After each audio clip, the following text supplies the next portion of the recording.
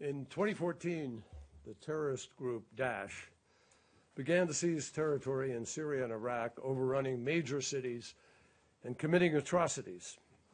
The United States responded quickly by denouncing these horrific acts and, more importantly, taking coordinated actions to counter them. In September of that year, President Obama mobilized an international coalition, now 66 members strong, to halt and reverse Daesh's momentum, and that is what we are doing. In the 18 months since, coalition airstrikes have helped to liberate Kobani, Tikrit, Ramadi, and other key cities and towns.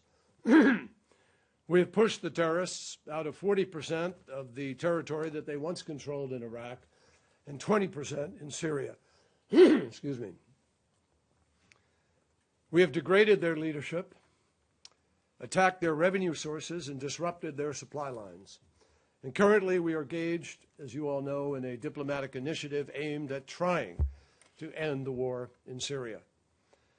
That civil war fuels Daesh, and in doing what we are doing now, we are working to further isolate, to weaken, and ultimately to defeat them.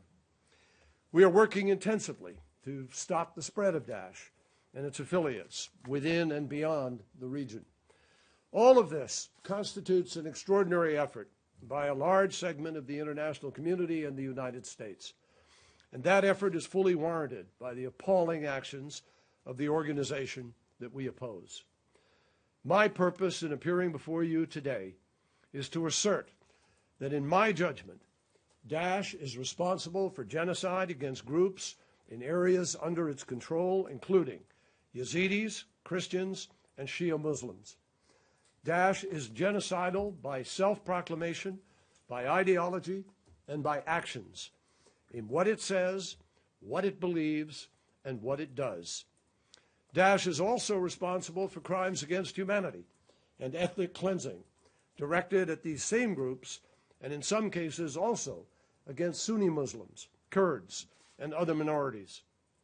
I say this even though the ongoing conflict and lack of access to key areas has made it impossible to develop a fully detailed and comprehensive picture of all that Daesh is doing and all that it has done. We have not been able to compile a complete record. I think that's obvious on its face. We don't have access to everywhere. But over the past months, we have conducted a review of the vast amount of information gathered by the State Department, by our intelligence community, by outside groups. And my conclusion is based on that information and on the nature of the acts reported. We know, for example, that in August of 2014, Daesh killed hundreds of Yazidi men and older women in the town of Kocho and trapped tens of thousands of Yazidis on Mount Sinjar without allowing access to food, water, or medical care. Without our intervention, it was clear those people would have been slaughtered. Rescue efforts aided by coalition airstrikes ultimately saved many, but not before Daesh captured and enslaved thousands of Yazidi women and girls, selling them at auction, raping them at will, and destroying the communities in which they had lived for countless generations. We know that in Mosul, Karakash, and elsewhere, Daesh has executed Christians solely because of their faith, that it executed 49 Coptic and Ethiopian Christians in Libya, and that has also forced Christian women and girls into sexual slavery. We know that Daesh massacred hundreds of Shia Turkmen and Shabaks at Tal Afar and Mosul, besieged and starved the Turkmen town of Armali, and kidnapped hundreds of Shia Turkmen women, raping many in front of their own families.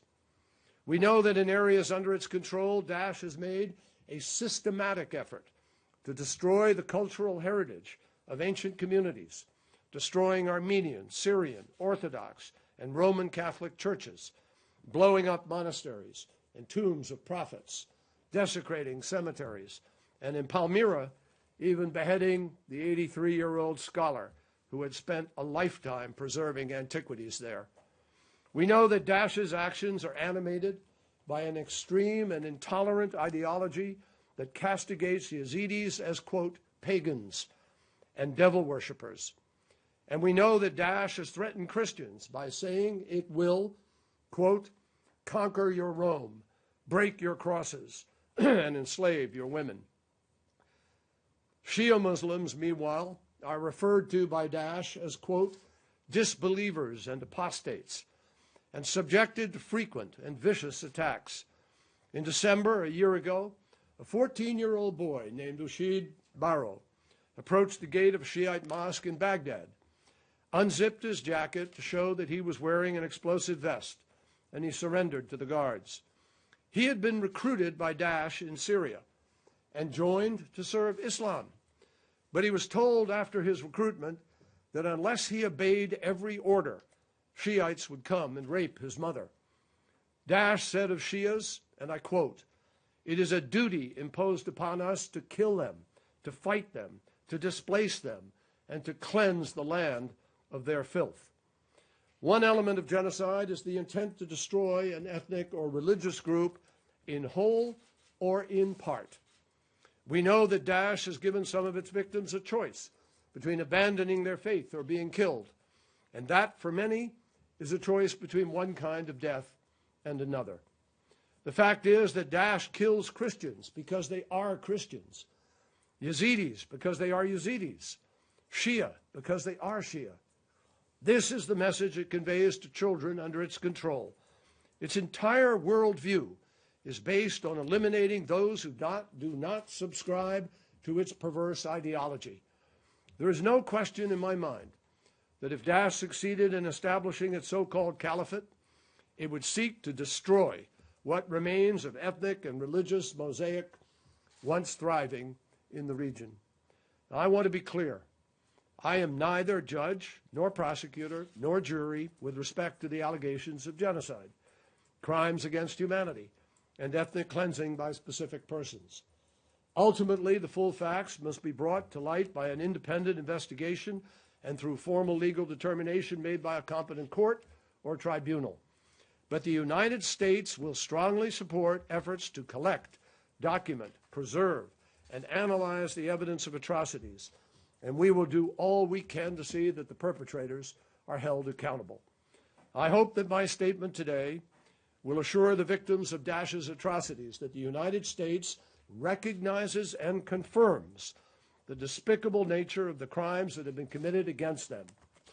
Second, I hope it will highlight the shared interests that otherwise diverse groups have in opposing Daesh.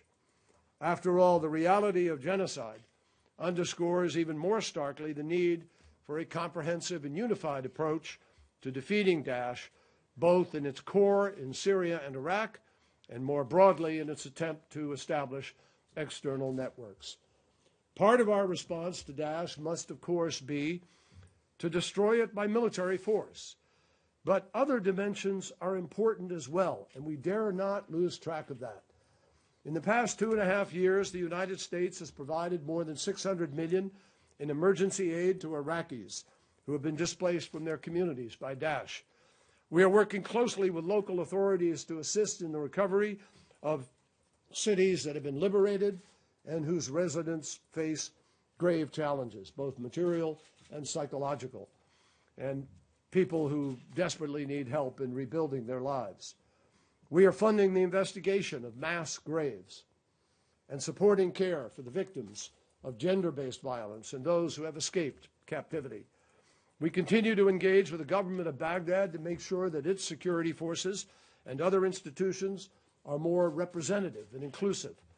And we are coordinating with our coalition partners to choke off Daesh's finances and to slow its recruitment of foreign fighters.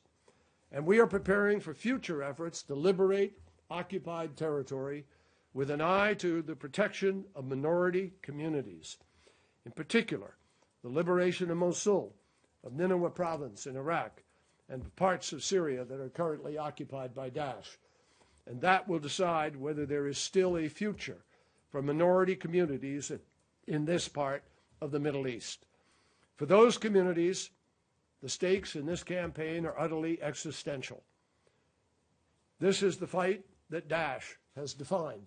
Daesh has created this. Daesh has targeted their victims. Daesh has self-defined itself as genocidal.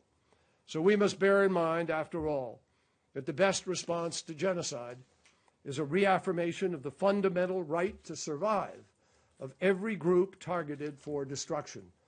What Daesh wants to erase, we must preserve. That requires defeating Daesh, but it also demands the rejection of bigotry and discrimination, those things that facilitated its rise in the first place. This means that as more areas are liberated, residents will need help not only to repair infrastructure, but also to ensure that minorities can return in safety, that they are integrated into local security forces, and that they receive equal protection under the law. Our goal, after all, is not just to defeat Daesh, only to find that in a few years some new terrorist group with a different acronym has taken its place. Our purpose is to marginalize and defeat violent extremists once and for all. Now, that is not easy. We know that. As President Obama and I have consistently said, it won't happen overnight. But today I say to all our fellow citizens and to the international community, we must recognize what Daesh is doing to its victims. We must hold the perpetrators accountable, and we must find the resources to help those harmed by these atrocities be able to survive on their ancestral land. Naming these crimes is important, but what is essential is to stop them. That will require unity in this country and within the countries directly involved, and the determination to act against genocide, against ethnic cleansing, against the other crimes against humanity must be pronounced among decent people all across the globe. Thank you.